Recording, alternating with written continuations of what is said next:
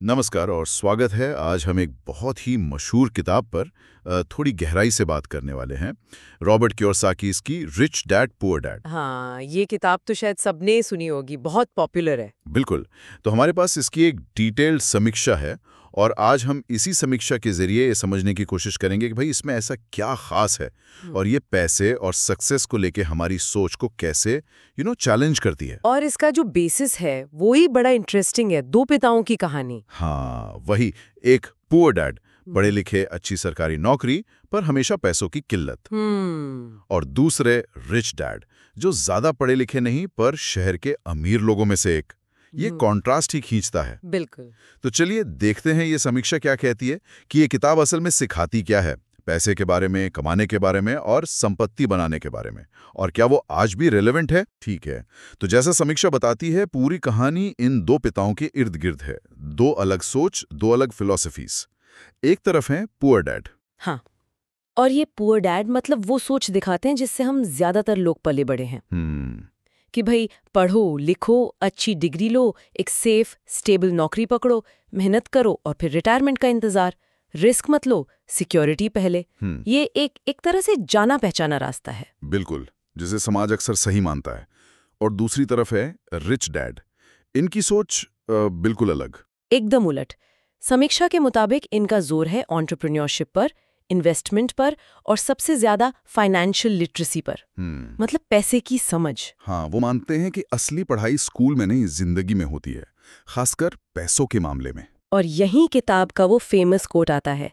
समीक्षा कहती है ये सेंट्रल आइडिया है, अमीर पैसे के लिए काम नहीं करते, पैसा उनके लिए काम करता है। ये सुनने में ही थोड़ा अलग लगता है क्योंकि हमें तो सिखाया जाता है कि ज्यादा कमाने के लिए ज्यादा मेहनत करो। बिल्कुल, ये उस पारंपरिक सोच पर सीधी चोट है। तो पहली बड़ी सीख जो समीक्षा बताती है वो है फाइनेंशियल एजुकेशन का महत्व।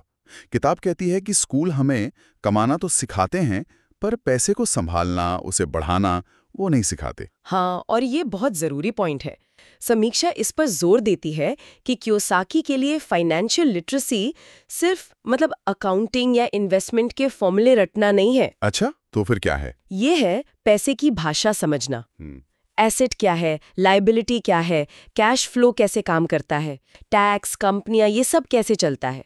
और इंटरेस्टिंग बात यह है कि इसका मकसद सिर्फ अमीर बनना नहीं है, बल्कि अपने फाइनेंशियल जीवन पर कंट्रोल पाना है।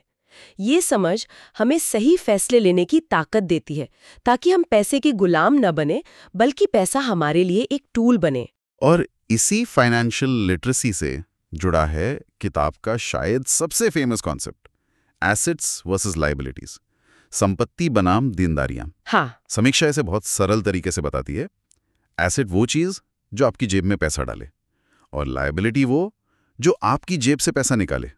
सुनने में तो बहुत सिंपल लगता है। हाँ, ऊपर से देखने में सिंपल है, लेकिन समीक्षा कहती है कि इसकी गहराई इसके एप्लीकेशन में है। किताब के हिसाब से अमीर लोग एसेट्स जमा करते हैं, जबकि मिडिल क्लास और गरीब लोग लायबिलिटीज जमा करते हैं, जिन्हें वो अक्सर एसेट समझ लेते हैं। जैसे कोई उदाहरण? जैसे एक बड़ा महंगा घर जिसके लिए आप भारी ईएमआई देते हैं, मेंटेनेंस पर खर्च करते हैं, हम उसे अक्सर अपनी सबसे बड़ी संपत्ति मानते हैं। हाँ बिल्कुल। पर रिच डैड के नजरिए से अगर वो लगातार आपकी जेब से पैसा निकाल रहा है तो वो एक लायबिलिटी है। अच्छा, तो फिर संपत्ति क्या हुई रिच डैड के अनुसार? मतलब क्या चीजें? संपत्ति वो है जो इनकम जनरेट करे, जैसे कोई प्रॉपर्टी जिससे किराया आ रहा हो, स्टॉक्स या बॉन्ड्स जिनसे डिविडेंड या इंटरेस्ट मिल रहा हो, आपका अपना कोई बिजनेस जो प्रॉफिट दे रहा हो, या कोई इंटेलेक्चुअल प्रॉपर्टी जिससे रॉयल्टी आ रही हो। समीक्षा के मुताबिक वेल्थ बनाने का खेल बस यही है, लगातार ऐसे एसेट्स खरीदना जो इनकम दे और लायबिलिटीज को कम करना। लेकिन यहीं पर समीक्षा एक आलोचना की तरफ भी इशारा करती है ना, कि क्या ये परिभाषा थोड़ी ज्यादा ही सिंपल नहीं है? असल दुनिया में तो चीजें इतनी ब्लैक एंड व्हाइट नहीं होती। बिल्कुल, समीक्षा में ये बात उठाई गई है कि रियल लाइफ में एसेट और लायबिलिटीज के बीच की लाइन कई बार धुंधली होती है, और कुछ इन्वेस्टमेंट्स जिन्हें हम एसेट मानते हैं उनमें रिस्क भी होता है। वो पैसा बना भी सकते हैं, डुबा भी सकते हैं। किताब मोटिवेट करने के लिए इसे सरल रखती है, पर असल दुनिया की कॉम्प्लेक्सिटीज को शायद पूरी तरह नहीं दिखाती। तो फिर इसका फायदा क्या है? इस वर्गीकरण का फायदा ये है कि ये हमें अपने हर खर्च को, हर खरीदारी को एक नए नजरिए से देखने पर मजबूर करती है। ये सवाल पूछने पर कि क्या ये चीज मेरे लिए पैसा कमाएगी या मेरा पैसा खाएगी। अच्छा। ये सवाल अगर हम ईमानदारी से खुद से पूछें तो हमारी फाइनेंशियल आदतों में बड़ा बदलाव ला सकता है। जैसे वो रोज की महंगी कॉफी शायद छोटी लायबिलिटी लगे, पर वही पैसा अगर रेगुलरली इन्वेस्ट करे तो वो एक एसेट बनाने की तरफ पहला कदम हो सकता है। सही बात है। और इसी सोच से हम आते हैं किताब के एक और कॉन्सेप्ट पर, चूहा दौड़ या द रैट रेस। ये क्या है? रैट रेस वो अंतहीन चक्कर है जिसमें बहुत से लोग अनजाने में फंस जाते हैं। कैसा चक्कर? नौकरी करना, पैसा कमाना, बिल भरना, फिर थोड़ी ज्यादा कमाई के लिए और मेहनत करना, जिससे खर्चे भी बढ़ जाते हैं, और फिर उन बढ़े खर्चों को पूरा करने के लिए और ज्यादा मेहनत करना। ये एक पहिए में दौड़ते रहने जैसा है। मतलब भाग रहे हैं पर पहुंच कहीं नहीं रहे हैं। बिल्कुल, आप अपनी नौकरी और बिलों के गुलाम बन जाते हैं। तो इस दौड़ से निकलने का रास्ता क्या बताती है किताब? रिच डैड का तरीका है पैसिव इनकम, निष्क्रिय आय के स्रोत बनाना। पैसिव इनकम मतलब ऐसी इनकम जिसके लिए आपको लगातार एक्टिवली काम न करना पड़े। ये इनकम आपके बनाए हुए एसेट से आती है, जैसे रेंटल इनकम, डिविडेंड्स, रॉयल्टीज या कोई ऑटोमेटेड बिजनेस का प्रॉफिट। जब आपकी पैसिव इनकम आपके खर्चों से ज्यादा हो जाती है, तब आप टेक्निकली रैट रेस से बाहर आ जाते हैं। आपके पास टाइम की फ्रीडम होती है। सुनने में तो बहुत ही अच्छा लगता है, लेकिन क्या ये उतना आसान है जितना किताब में लगता है? समीक्षा इस बारे में क्या कहती है? यहीं पर समीक्षा कुछ जरूरी चेतावनियां देती है।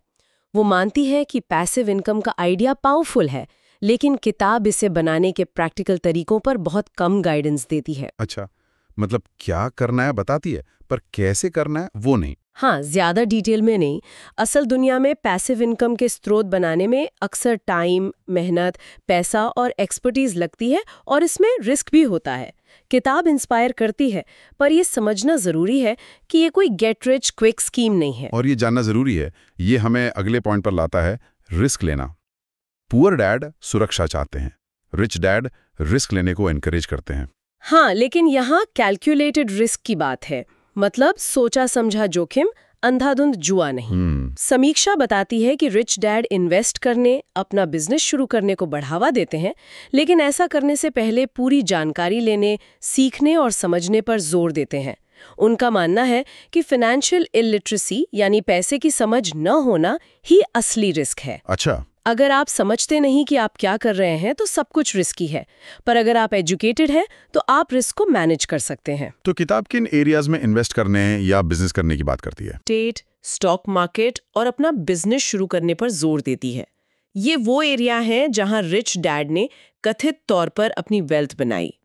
हालांकि यहाँ भी समीक्षा आलोचना का जिक्र करती है कि किताब इन इन्वेस्टमेंट से जुड़े असल रिस्क्स और कॉम्प्लेक्सिटीज को थोड़ा कम करके दिखाती है। जैसे रियल एस्टेट में मार्केट ऊपर नीचे होता है, स्टॉक मार्केट वॉलेटाइल हो सकता है, और 90% से ज्यादा नए बिजनेस फेल हो जाते हैं। ये सच्चाइयां किताब में उतनी खुलकर नहीं बताई गई हैं। ये जानना जरूरी है। तो किताब की इंस्पिरेशन अपनी जगह है, पर प्रैक्टिकल कदम उठाने से पहले और रिसर्च जरूरी है। एक और चीज जो मुझे हमेशा बड़ी इंटरेस्टिंग लगी है, वो है माइंडसेट वाला एंगल। हाँ, पुअर डैड कहते हैं मैं इसे खरीद नहीं सकता, जबकि रिच डैड पूछते हैं मैं इसे कैसे खरीद सकता हूँ। ये शायद किताब के सबसे पावरफुल मैसेजेस में से एक है।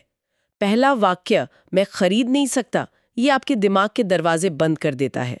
अब सोचना बंद कर देते हैं। दूसरा वाक्य, मैं इसे कैसे खरीद सकता हूँ, ये आपके दिमाग को खोलता है, उसे चैलेंज करता है, सॉल्यूशन ढूंढने के लिए मोटिवेट करता है। ये सिर्फ पैसे के बारे में नहीं है, ये लाइफ की किसी भी प्रॉब्लम को फेस करने का एक नजरिया है, एक प्रॉब्लम सॉल्विंग अप्रोच। बिल्कुल। ये मानसिकता आपको प्रॉब्लम्स में मौके देखने के लिए एनकरेज करती है। तो क्या समीक्षा मानती है कि ये मानसिकता बदलना ही काफी है, मतलब बस सोच बदल ली और काम हो गया? समीक्षा मानती है कि मानसिकता बदलना एक बहुत जरूरी पहला कदम है, और किताब इस मामले में बहुत इंस्पायरिंग है। ये लोगों को अपनी लिमिटेड सोच से बाहर निकालकर पॉसिबिलिटीज देखने में मदद करती है। लेकिन जैसा हमने पहले भी बात की, समीक्षा ये भी पॉइंट आउट करती है कि सिर्फ मानसिकता बदलना काफी नहीं है। इसके साथ फाइनेंशियल एजुकेशन और प्रैक्टिकल एक्शन की स्ट्रैटेजी भी चाहिए, जिस पर किताब उतनी डिटेल नहीं देती। मानसिकता दरवाजा खोल सकती है, पर चलना तो खुद ही पड़ेगा। सही बात है। अच्छा, अब अगर हम किताब की स्ट्रेंथ्स और वीकनेसेस को थोड़ा सम अप करें, तो समीक्षा के हिसाब से मेन खूबियां क्या हैं? समीक्षा कई खूबियां मानती है। पहली, जैसा आपने शुरू में कहा, इसका कहानी कहने का तरीका, स्टोरी टेलिंग। दो पिताओं की कहानी मुश्किल फाइनेंशियल कॉन्सेप्ट्स को सिंपल, यादगार और एंगेजिंग बना देती है। दूसरी, ये पारंपरिक सोच कि अच्छी नौकरी ही सब कुछ है को जोरदार चैलेंज करती है। ये पाठकों को, खासकर यंग लोगों को, पैसे और करियर के बारे में अलग तरह से सोचने पर मजबूर करती है। सही है। और तीसरी, ये फाइनेंशियल फ्रीडम की इच्छा जगाती है और लोगों को इन्वेस्टमेंट और एंटरप्रेन्योरशिप की दुनिया में इंटरेस्ट लेने के लिए मोटिवेट करती है। कई लोगों के लिए ये फाइनेंशियल लिटरेसी की जर्नी का पहला स्टेप बनती है। और कमजोरियां या आलोचनाएं जिन्हें हमने बीच बीच में डिस्कस भी किया है। हाँ, समीक्षा कुछ सॉलिड क्रिटिसिज्म भी हाईलाइट करती है जिन्हें इग्नोर नहीं किया जा सकता। पहली, प्रैक्टिकल गाइडेंस की कमी। ये इंस्पायर करती है, पर ठोस कैसे करें की जानकारी कम है। दूसरी, रिस्क का सिंप्लीफिकेशन। ये इन्वेस्टमेंट और बिजनेस को कई बार असलियत से ज्यादा आसान दिखाती है। तीसरी, कुछ क्रिटिक्स कहानी की सच्चाई पर सवाल उठाते हैं। क्या रिच डैड सच में थे या वो एक फिक्शनल कैरेक्टर है? कियोसाकी ने खुद इस पर मिक्स सिग्नल्स दिए हैं, जिससे थोड़ा डाउट होता है। हाँ, ये जानना महत्वपूर्ण है कि ये आलोचनाएं समीक्षा में बताई गई हैं और हम सिर्फ उन्हें यहाँ रख रहे हैं। तो इन सब बातों को ध्यान में रखते हुए समीक्षा के अनुसार ये किताब किन लोगों के लिए सबसे ज्यादा फायदेमंद हो सकती है? समीक्षा का मानना है कि ये किताब खास तौर पर उन लोगों के लिए यूजफुल है जो पर्सनल फाइनेंस की दुनिया में नए हैं और उस टिपिकल कमाओ और खर्च करो वाले साइकिल से बाहर निकलना चाहते हैं। ये उन लोगों के लिए भी अच्छी है जो एंटरप्रेन्योर बनने या इन्वेस्टिंग शुरू करने की सोच रहे हैं और अपना माइंडसेट बदलना चाहते हैं। स्टूडेंट्स और यंग लोगों के लिए भी फाइनेंशियल थिंकिंग डेवलप करने की अच्छी शुरुआत हो सकती है, पर एक कंडीशन के साथ। हाँ, बशर्ते वो इसे आखिरी सच न मान ले, बल्कि इसे एक स्टार्टिंग पॉइंट समझे, आगे और सीखने के लिए एक मोटिवेशन के तौर पर ले। तो इस पूरी चर्चा का मतलब निचोड़ क्या निकलता है? अगर हमें इस समीक्षा से एक मेन लेसन लेना हो तो वो क्या होगा? मेरे ख्याल से समीक्षा का निचोड़ ये है कि फाइनेंशियल फ्रीडम सिर्फ ज्यादा सैलरी पाने से नहीं आती। अच्छा। बल्कि ये आपकी सोच बदलने, फाइनेंशियल नॉलेज हासिल करने और लगातार इनकम जनरेट करने वाले एसेट्स बनाने से आती है। ये पैसे के साथ आपके रिश्ते को बदलने के बारे में है। कैसे? उसे डर या जरूरत की चीज मानने के बजाय उसे एक टूल की तरह देखने के बारे में है। एक ऐसा साधन जिसे आप अपने लक्ष्यों के लिए काम पर लगा सकते हैं। बिल्कुल, ये एक अलग तरह का खेल है और किताब कहती है कि अगर आप फाइनेंशियली आगे बढ़ना चाहते हैं तो आपको इस खेल के नियम सीखने होंगे। संक्षेप में कहे तो अमीर लोग पैसे का खेल अलग नियमों से खेलते हैं, या यूं कहें कि वो खेल को ही अलग नजरिए से देखते हैं। समीक्षा के अनुसार रिच डैड पुअर डैड उन नियमों से हमारा इंट्रोडक्शन कराती है और हमें पारंपरिक सोच के दायरे से बाहर देखने के लिए उकसाती है। भले ही इसमें कुछ कमियां हों, पर ये लाखों लोगों के लिए फाइनेंशियल सोच बदलने का एक पावरफुल कैटलिस्ट रही है। तो हमने देखा कि ये समीक्षा रिच डैड पुअर डैड को फाइनेंशियल एजुकेशन, एसेट बनाम लायबिलिटी, रैट रेस से मुक्ति, एंटरप्रेन्योर वाली सोच और सबसे बढ़कर माइंडसेट की पावर पर जोर देने वाली एक असरदार, हालांकि थोड़ी विवादित किताब के तौर पर देखती है। हाँ, हमने इसकी कहानी कहने की ताकत, इंस्पिरेशनल मैसेज के साथ साथ प्रैक्टिकल गाइडेंस की कमी और रिस्क की सिंप्लीफिकेशन जैसी आलोचनाओं पर भी बात की। इस सब के बाद एक विचार मन में आता है जो शायद सुनने वालों के लिए यूजफुल हो। किताब बड़े एसेट्स बनाने पर जोर देती है, जैसे रियल एस्टेट या बिजनेस। हाँ। लेकिन समीक्षा की आलोचनाओं को ध्यान में रखते हुए और ये मानते हुए कि हर कोई तुरंत बड़ा इन्वेस्टमेंट नहीं कर सकता, तो इस रिच डैड माइंडसेट को अपनाने का पहला छोटा रियलिस्टिक कदम क्या हो सकता है? अच्छा सवाल है। शायद ये सिर्फ अपने हर छोटे बड़े खर्च को, चाहे वो कॉफी हो, सब्सक्रिप्शन हो या कोई गैजेट, ईमानदारी से एसेट, क्या ये फ्यूचर में मुझे कुछ देगा, या लायबिलिटी, क्या ये सिर्फ मेरा पैसा ले रहा है, के स्केल पर तोलना हो सकता है। रोजमर्रा की चीजों को भी। हाँ, बिल्कुल। और फिर उसके आधार पर अपनी डेली लाइफ में छोटे कॉन्शियस बदलाव करना। क्या यही छोटे बदलाव धीरे धीरे बड़ी फाइनेंशियल समझ और फ्रीडम की नींव रख सकते हैं? इस पर सोचा जा सकता है। ये वाकई सोचने लायक बात है कि छोटे कदम भी अगर सही दिशा में हों तो मंजिल तक ले जा सकते हैं।